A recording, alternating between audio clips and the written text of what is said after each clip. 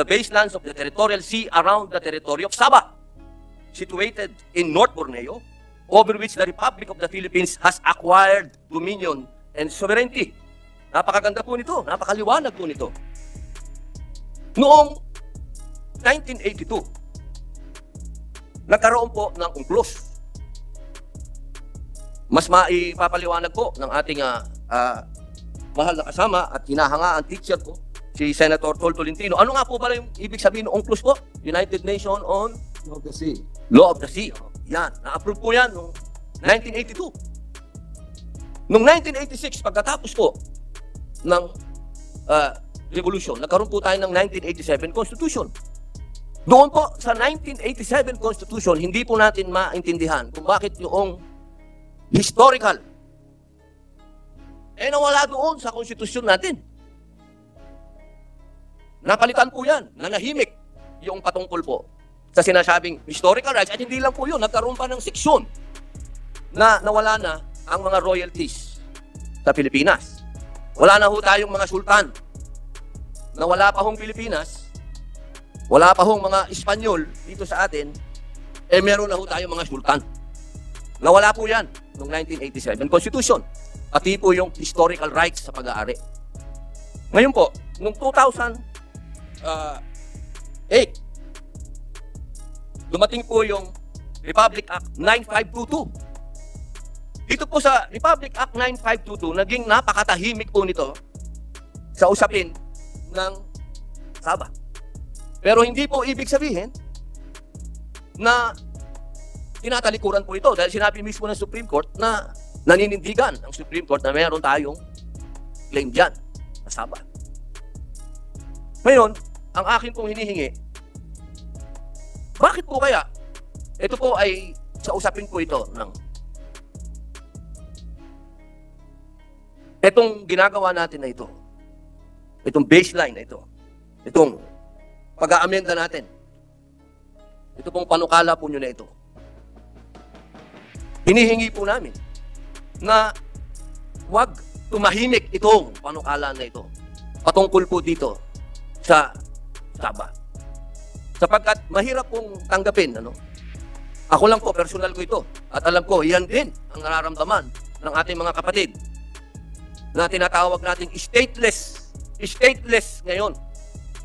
Dahil sa dami ng mga refugee daw, hindi ko alam bakit tinawag na refugee, kababayan natin yun, na magmula dyan sa Sabah ay wersahang inilikas at ibinalik sa sulong. Ang hindi po natin maintindihan ay bakit hindi natin makuha yung mismong suporta ng gobyerno kung paano ang binibigay na suporta ng gobyerno sa West Philippine Sea, parehas lang tayong merong claim. At itong ang kaibahan, historical ito, meron itong mga patotoo, meron itong mga papeles, meron itong mga dokumento, galing pa sa Espanyol, sa Amerikano, sabihin nyo na lahat kung anong gusto nyong ebidensya. 1982 lang yung UNCLOS. Hindi ko po sinasabi na wag natin kilalanin yung UNCLOS, kilalanin po natin yan, pero wag natin din kalimutan yung mga ibang treaty na nagpapalakas sa ating claim. Hindi po natin maintindihan. Hindi ko po sinasabi, sapagkat kung meron pong isang tao dito na naniniwala ako na nagmamalasakit sa claim ng mga Muslim dyan sa Sabah, ay si Senator Tolentino. Siya nga nagbigay sa akin ng lecture dyan. Ang dami niya dyan, ebidensya. Ang hinihingi lang po natin ay magkaroon tayo ng pantay na atensyon. Sapagkat sovereignty po ang Sabah, ang claim natin sa Sabah ay sovereignty. Hindi ko po sinasabi na awayin natin ang Malaysia. Wala po akong ganung intensyon. Wala po akong kahit na sinong kaibigan nating bansa ang awayin. Ang sinasabi ko lamang po, dapat sa ating local laws, sa ating mga pansariling batas, dapat ay matibay ang ating paninindigan na sa atin ang Sabah. Kung paano natin pinaglalaban na atin ang 200 nautical miles na sovereignty rights natin, ganun din natin ipaglaban ang sovereignty. Ang gobyerno natin sinabi, inclusive. Property ito, pag-aari ito ng mga Muslim na hindi nila inagaw, kanila to. Pag-aari nila to.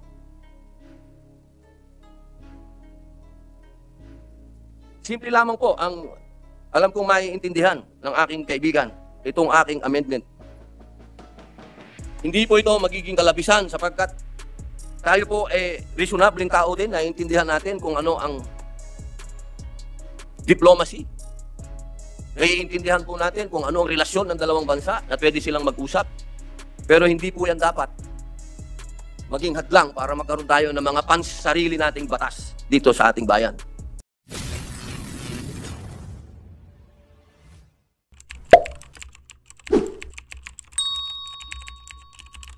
There be no objection, motion is approved.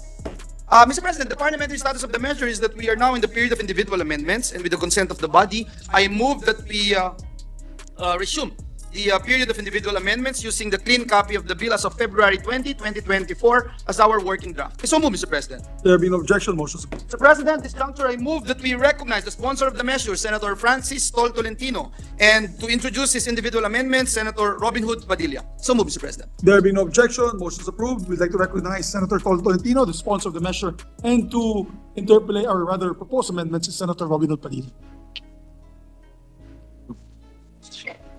Maraming salamat po, Ginoong Pangulo at sa ating pinunong mayorya. A'udhu billahi minash shaitanir rajim. Bismillahirrahmanirrahim. Alhamdulillahi rabbil alamin. Bismillahi wa salatu wa salamu Allah Rasulillahi. Assalamualaikum warahmatullahi wabarakatuh. Isang magandang hapon po, lalong-lalo na po sa aking hinahangaan. At masasabi ko pong isa sa aking advisor, Senator Tol Tolentino. Isang magandang hapon po sa inyo. Magandang hapon po, ginagalang na kapatid, Senator Robin Hood Padilla. Ako po ay manggagaling doon po sa ating huling pag-uusap patungkol po sa aming hinihingi. Ito po ay napakahalaga sa mga matatawag po natin na tunay na kayamanan ng ating bansa, sapagkat tayo po ay may kultura. At kapag pinag-usapan ang kultura, kasama po dyan ang teritoryo, pag-aari, at kasaysayan. Hindi po pwede na magkaroon ng isang kultura na walang kasaysayan at walang pag-aari. Ito pong usapin ng Sabah. Isang bagay po ito na humahamon sa gobyerno. Sapagkat sinasabi po ng kasaysayan na itong Sabah,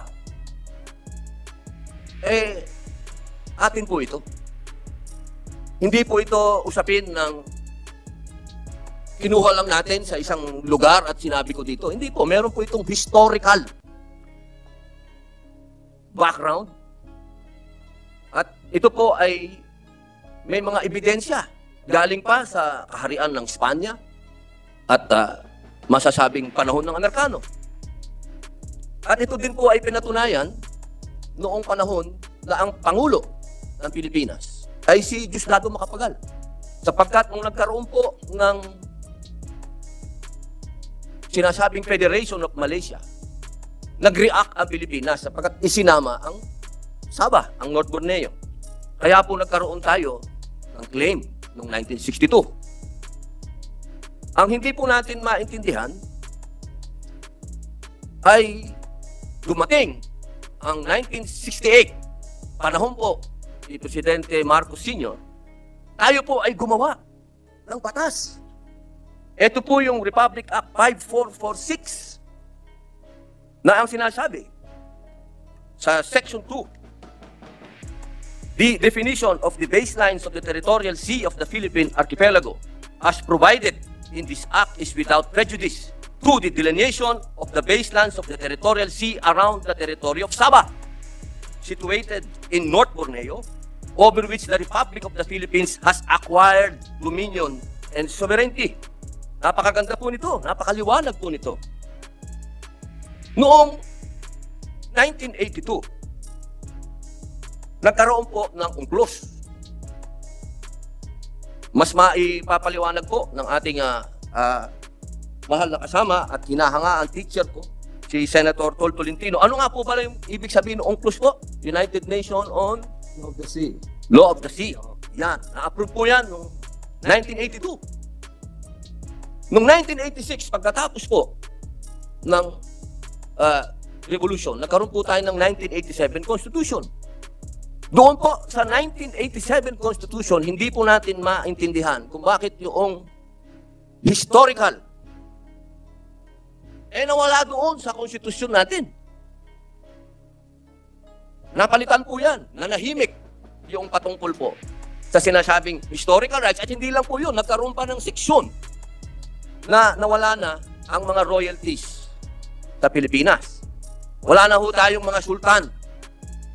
Nawala pa hong Pilipinas, wala pa hong mga Espanyol dito sa atin, meron na ho tayong mga sultan. Nawala po yan noong 1987 Constitution, pati po yung historical rights sa pag-aari. Ngayon po, noong 2008,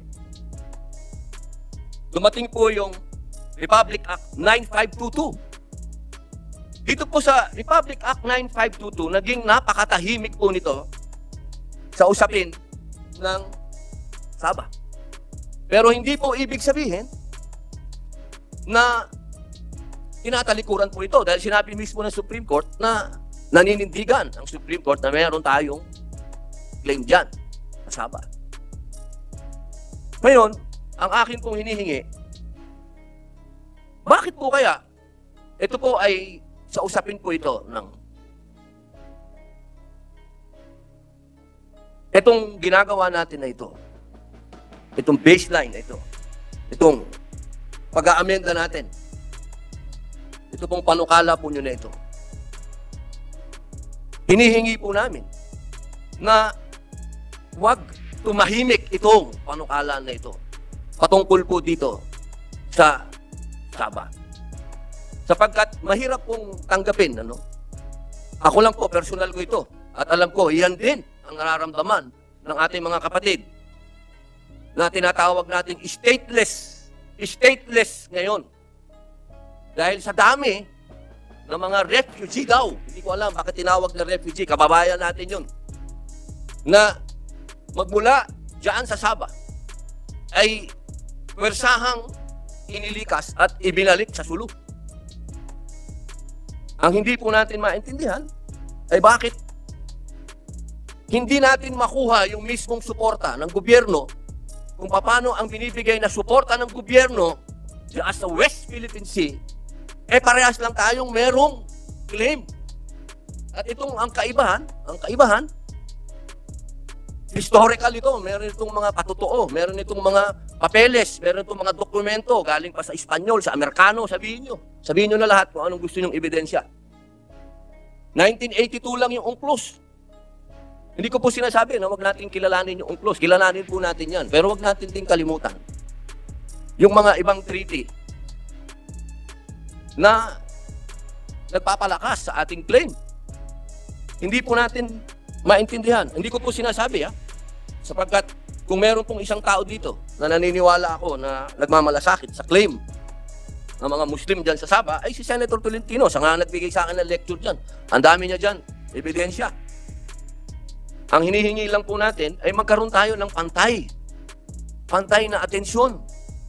Sapagkat sovereignty po ang Sabah, ang claim natin sa Sabah ay sovereignty. Hindi ko po sinasabi na awayin natin ang Malaysia. Wala po akong ganung intensyon. Wala po akong kahit na sinong kaibigan nating bansa ang awayin.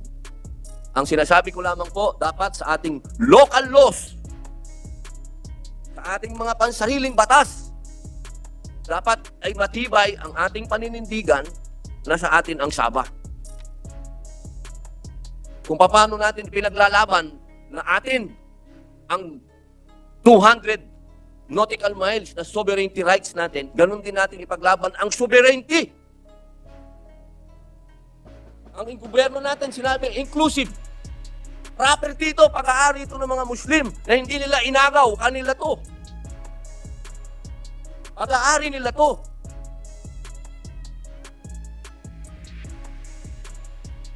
Simple lamang po ang alam kong maiintindihan ng aking kaibigan itong aking amendment. Hindi po ito magiging kalabisan sapagkat tayo po reasonableng tao din, naiintindihan natin kung ano ang diplomacy, Naiintindihan po natin kung ano ang relasyon ng dalawang bansa at pwede silang mag-usap. Pero hindi po yan dapat maging hadlang para magkaroon tayo ng mga sarili nating batas dito sa ating bayan. Dito po sana, kung pwede po, kung nanaisin po ng ating mahal na kapatid, teacher, Senator Tolentino, maaari po ba akong magbigay ng aking amendment? Mahal na Pangulo, tayo po ay pumapayag, sumasang-ayon sa pagbibigay ng ng amendments o pag-amyenda. Ito po ay karapatan ng ating ginagalang na kapatid. Subalit kung pagbibigyan po ninyo akong makatugon ng ilang kabanata, palagay ko po mas lalong liliwanag po ang ating usapin, lalong-lalo na sa mga nakikinig sa ngayon, kung pahintulutan. Opo. Ano po, mahal na Pangulo, wala po tayong dito sa batas natin ngayon, sa saligang batas, sa nabanggit na UNCLOS kanina, wala po tayong ibinigay na wala, hindi kinikilalang pag-aari, maging bahagi man ito ng makasaysayang pag-aari, maging bahagi man ito ng Tratado ng Paris o Tratado ng Washington noong mga nakaraang panahon. Ito po lahat ay naandyan, mahal na Pangulo.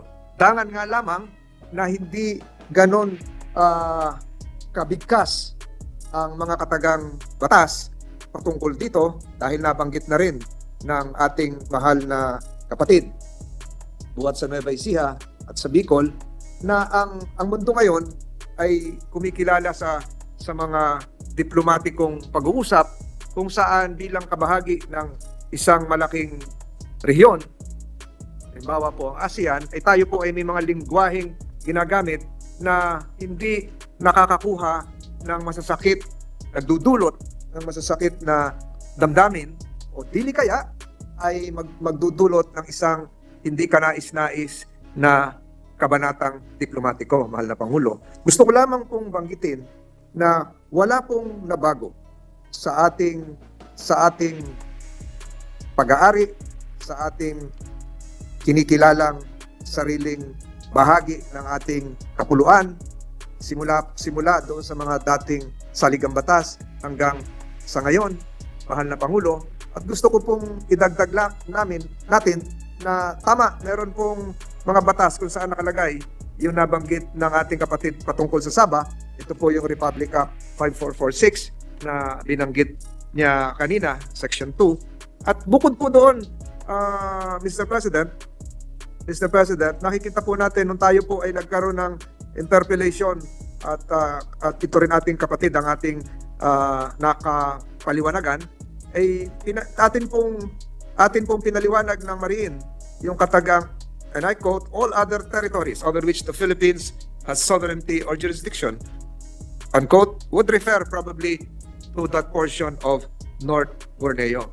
So yung atin pong Article 1 ng ating saligang batas, kung idadagdag natin yung Section 2 ng Republic Act 5446 na hanggang sa ngayon po ay umiiral, ay magpapatunay na wala po tayong iniiwanan, tinataliktan at hindi na sinusulong na pag-aari patungkol po doon sa nabanggit ng ating mahal na kapatid.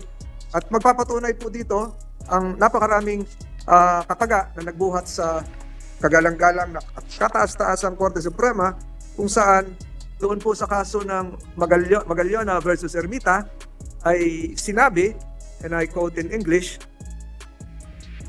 yung ruling po ng Supreme Court, ang sinabi po nila ay the definition of the baselines, and I quote, the definition of baselines of the territories of the Philippine archipelago as provided for in this act is without prejudice to the delineation of the territorial sea around the territory of Sabah, etc., etc. Ibig sabihin po, yung ruling ng Supreme Court is that it keeps open the door for drawing of the baseline. So wala po sa kasalukuyan, wala po tayong winawaglit, isinasa isang tabi, inalagay sa ilalim ng isang aparador, sa loob ng aparador. Buhay po lahat yan. Ang batas po natin ay buhay. At gusto ko pong kumuha sa isang talata, kasi po sa mahal na Pangulo, doon po sa UNCLOS, nung nilagdaan po ito. At ang isa po sa lumagda ay dating Secretary of Foreign Affairs, dating miyembro din po ng Senado, si Senator Arturo Tolentino. sa UNCLOS po ay bawal po magkaroon ng isang reservation. Ang ginawa po ni Senator Tolentino ay gumawa po siya ng parang declaration or understanding. At ang nakalagay po doon sa declaration, pang-apat na talata in English, number 4, such signing, I'm now referring to the signing of the accession to the UNCLOS, such signing shall not in any manner impair or prejudice the sovereignty of the Republic of the Philippines over any territory over which it exercises sovereign authority, such as, binanggit po dito, yung Kalayaan Islands and the waters appurtenant thereto. Meaning to say that even when we signed UNCLOS, we never gave up, we never abandoned our claims, Mr. President. So, tama po ang ating kinagalang na kapatid na sa ginagawa niyang pagbibigkas ng kanyang salubin. Subalit gusto ko pong idagdag at bigyan ng diin na wala pong pagbabago. It has been there. It will remain there. It is part of our history. It is part of our culture. It is part of our legal regime. It is part of the international agreement we entered into called UNCLOS, and it has been recognized. UNCLOS, our membership in UNCLOS has been recognized by the entire diplomatic community. So it's there, Mr. President. Wala po tayo, maging sa batas na ating binabalangkas ngayon, ay wala po tayong inaabandona. Subalit, meron lamang mga kataga na hindi natin na ilalagay, sang-ayon na rin sa mga kasunduang ating pinasukan, na lalong-lalo na yung United Nations Charter, kung saan lahat po ng resolutions ng conflict should be settled under the provisions provided for by the United Nations Charter, which would refer to peaceful settlement and negotiations without derogating Philippine sovereignty. Yun lamang po ang may dadagdag ko sa bilang tugon sa pananaw na ginagalang natin ng ating kapatid na buhat sa Nueva Ecija at sa rehiyon ng Bicol, Mr. President. Salamat po, mahal na kapatid, Senator Padilla. Maraming salamat po. Mahaba yung explanation ng ating professor. Opo, Please proceed. napakaganda po ng kanyang pasasabi ko pong another lecture from the teacher, Senator Tolentino. Napakaganda po. Alam niyo po, ito po ay tatanawin na utang na loob sa inyo ng marami nating mga kapatid, sapagkat matagal na po namin inaantay na magkaroon uli ng batas na magbibigay ng lakas ng loob sa ating mga kapatid na nandyan pa rin ang gobyerno ng Pilipinas at kakampi nila. Ito po yung aking amendment. Handa na po bang pakinggan ng ating teacher?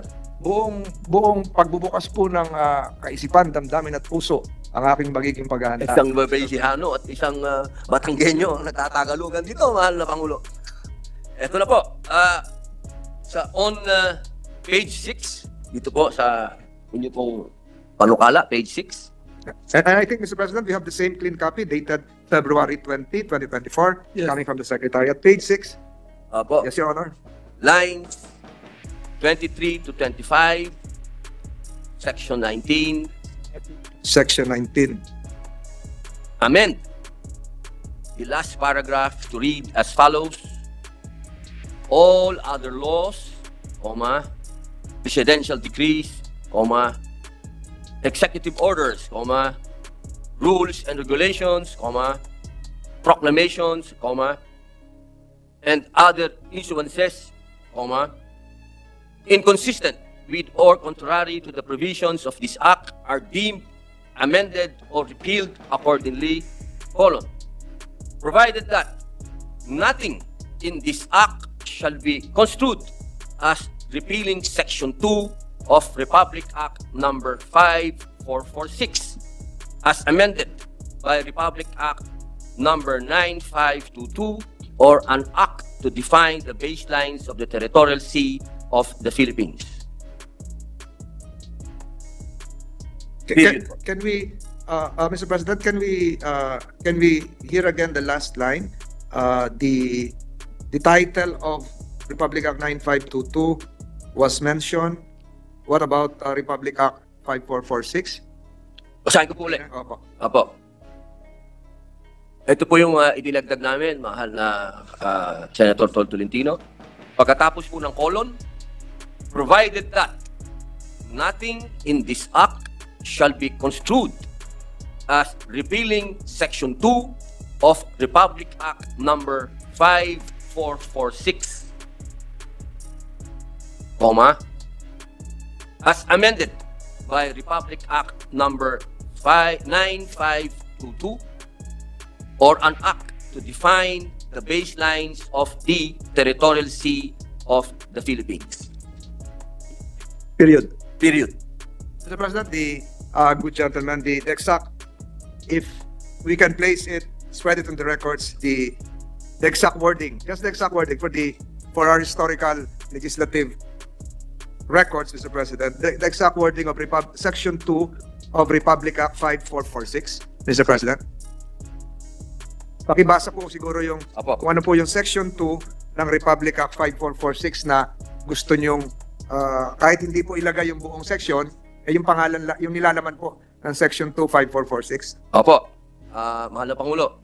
Ang sabi po dito sa Republic Act number 5446, Section 2, the definition of the baselines of the territorial sea of the Philippine archipelago as provided in this act is without prejudice to the delineation of baselines of the territorial sea around the territory of Sabah, situated in North Borneo, over which the Republic of the Philippines has acquired dominion and sovereignty. Yun po yung nasa RA 5446. Sa Tagalog po, ang kahulugan ng mga baseline ng territorial sea ng Philippine Archipelago, gaya ng sinasaad sa batas na ito, ay hindi makahadlang sa delineasyon ng mga baseline ng territorial sea sa paligid ng teritoryo ng Sabah na matatagpuan sa North Borneo, kung saan ang Republika ng Pilipinas ay nakakuha ng kapangyarihan at soberenya. Thank you, Mr. President. Mr. President, since mention was made by the good gentleman from Nueva Ecija and the Bicol region of Republic Act 9522, this representation, Mr. President, would probably be amenable to a modified version of his proposed amendment. I am particularly highlighting Section 2 of Republic Act 9522. And if I will may be allowed to read now, Section 2 of Republic Act 9522, which is the act that amended the law previously cited by the good gentleman from Nueva Ecija, refers to, and I quote Section 2, the baselines in the following areas over which the Philippines likewise exercises sovereignty and jurisdiction shall be determined as regime of islands, quote unquote, under the Republic of the Philippines, consistent with Article 121 of the United Nations Convention on the Law of the Sea, UNCLOS, colon, letter A, the Kalayaan Island Group as constituted under Presidential Decree 1596 and Bajo de Masinloc, also known as the Scarborough Shoal, Mr. President. Ang counter-proposal ko po rito, Mr. President, kung atin pong ilalagay ang Republic Act 5, Section 2, 5446, ay ilagay na rin natin po ang Kalayaan Island Group at ang Bajo de Masinloc o Scarborough Shoal na nakasaad po sa Section 2 na Republic Act 9552. Para na sa ganun po ay mas maliwanag, Mr. President, dito sa repealing clause. The gentleman from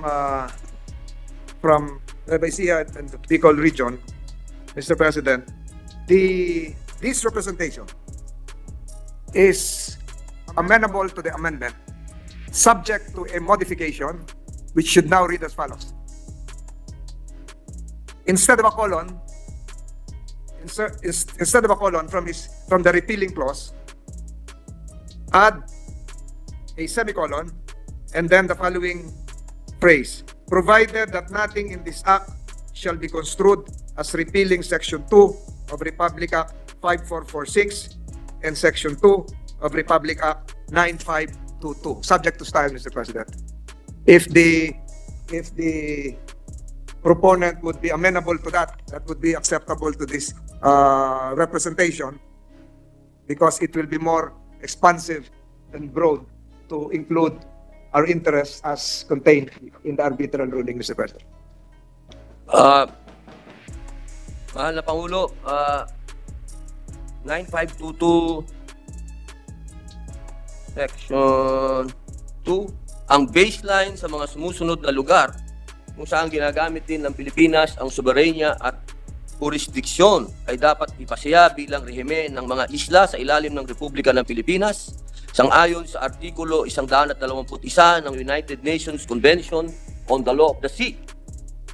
Ang Kalayaan Island Group na binuo sa ilalim ng Presidential Decree number 1596 at Baho de Masinloc na kilala rin bilang Scarborough Shoal.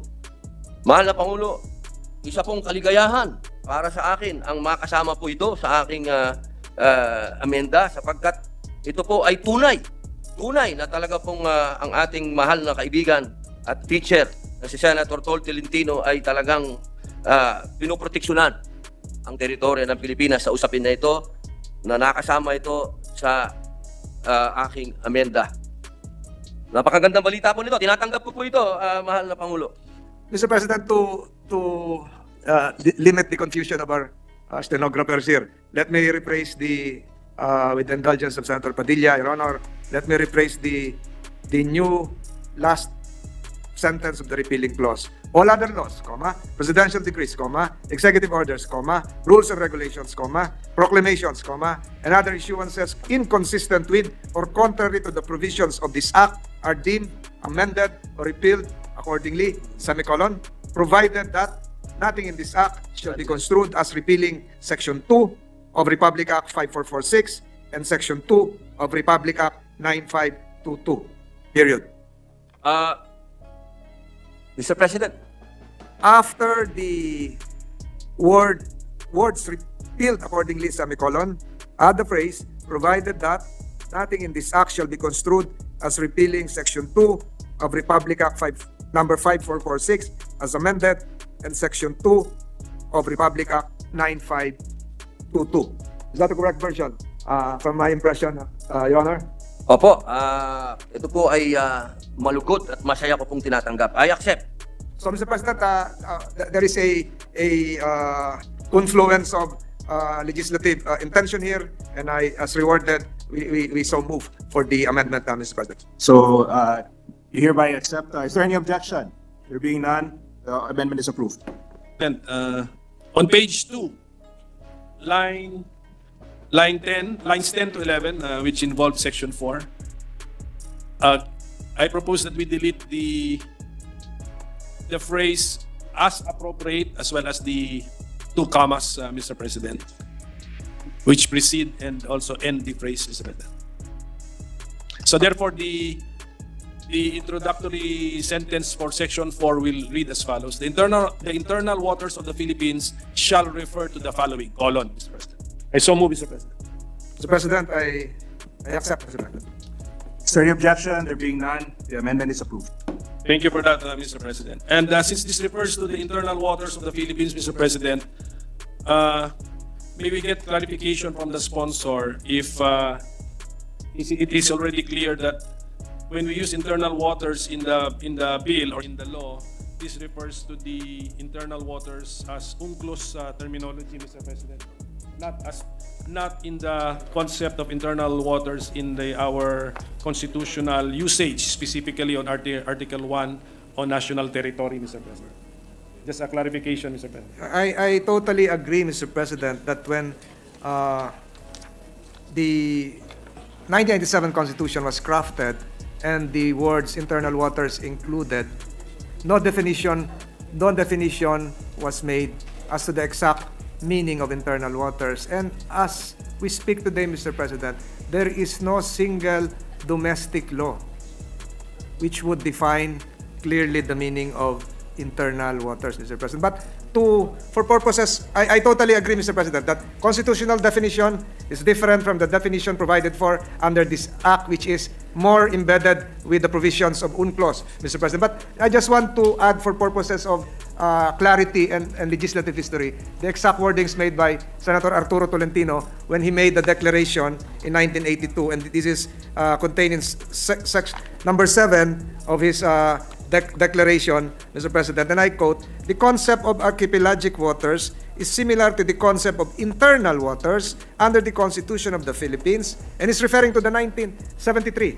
because this was 1982, "and removes straits connecting these waters with the economic zone or high sea from the rights of foreign vessel to transit passage for international navigation," unquote. So just to make this a clear component of our legislative debates for purposes of statutory constructions, future law students, and perhaps even the Supreme Court would probably glean our very tedious interpellation so far and debates, Mr. President. I totally agree. Different concept insofar as constitutional meaning of internal waters. What happened? Different concept insofar as constitutional meaning is concerned from the act that we are trying to produce right now, which is really anchored on the concept of the United Nations Convention on the Law of the Sea. I totally agree, Mr. President. We needed to engage in this discussion, Mr. President, because the phrase used is the same. The phrase is internal waters. So there is a constitutional concept which is found in Article 1, National Territory of the 1987 Constitution, but the same phrase is used in our bill. But at least klaro tayo, as explained by our sponsor, that internal waters, as used in our bill, is in the UNCLOS sense, Mr. President. But it does not in any way also diminish our national territory called internal waters, because, correct me if I'm wrong, Mr. President, our internal waters in the constitutional sense would equal, may mathematical terminology, would equal internal waters and archipelagic waters in our bill, Mr. President, more or less. More or less. Yeah. More or less. And in the same manner, we exercise full sovereignty and jurisdiction over both. Yes. Mr. President. Yes, thank you for that, Mr. President.